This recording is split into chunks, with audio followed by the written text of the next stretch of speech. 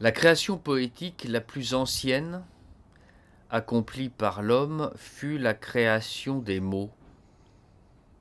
Actuellement, les mots sont morts et la langue est semblable à un cimetière, alors que le mot nouveau-né était vivement imagé. Tout mot contient un trope à sa base. Prenons comme exemple le moi. Primitivement, ce mot voulait dire le mesureur. La douleur et le chagrin sont ce qui brûle et consume. Le mot enfant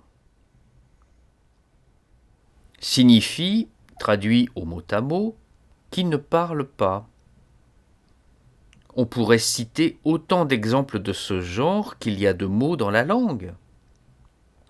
Et souvent, quand on arrive à l'image aujourd'hui perdue et effacée qui avait jadis été placée à la base du mot, on est frappé par sa beauté. Une beauté qui avait existé autrefois et qui n'existe plus. Les mots qu'emploie notre pensée en lieu et place des concepts généraux quand ils servent, pour ainsi dire, de signes algébriques et doivent être désimagés afin d'être utilisés dans le langage de tous les jours, où ils sont incomplètement dits et écoutés, sont devenus habituels, et on a cessé de les ressentir sous leur forme interne, imagée, et externe, sonore. Nous ne ressentons pas ce qui est coutumier, nous ne le voyons pas, nous le reconnaissons. Nous ne voyons pas les murs de nos chambres.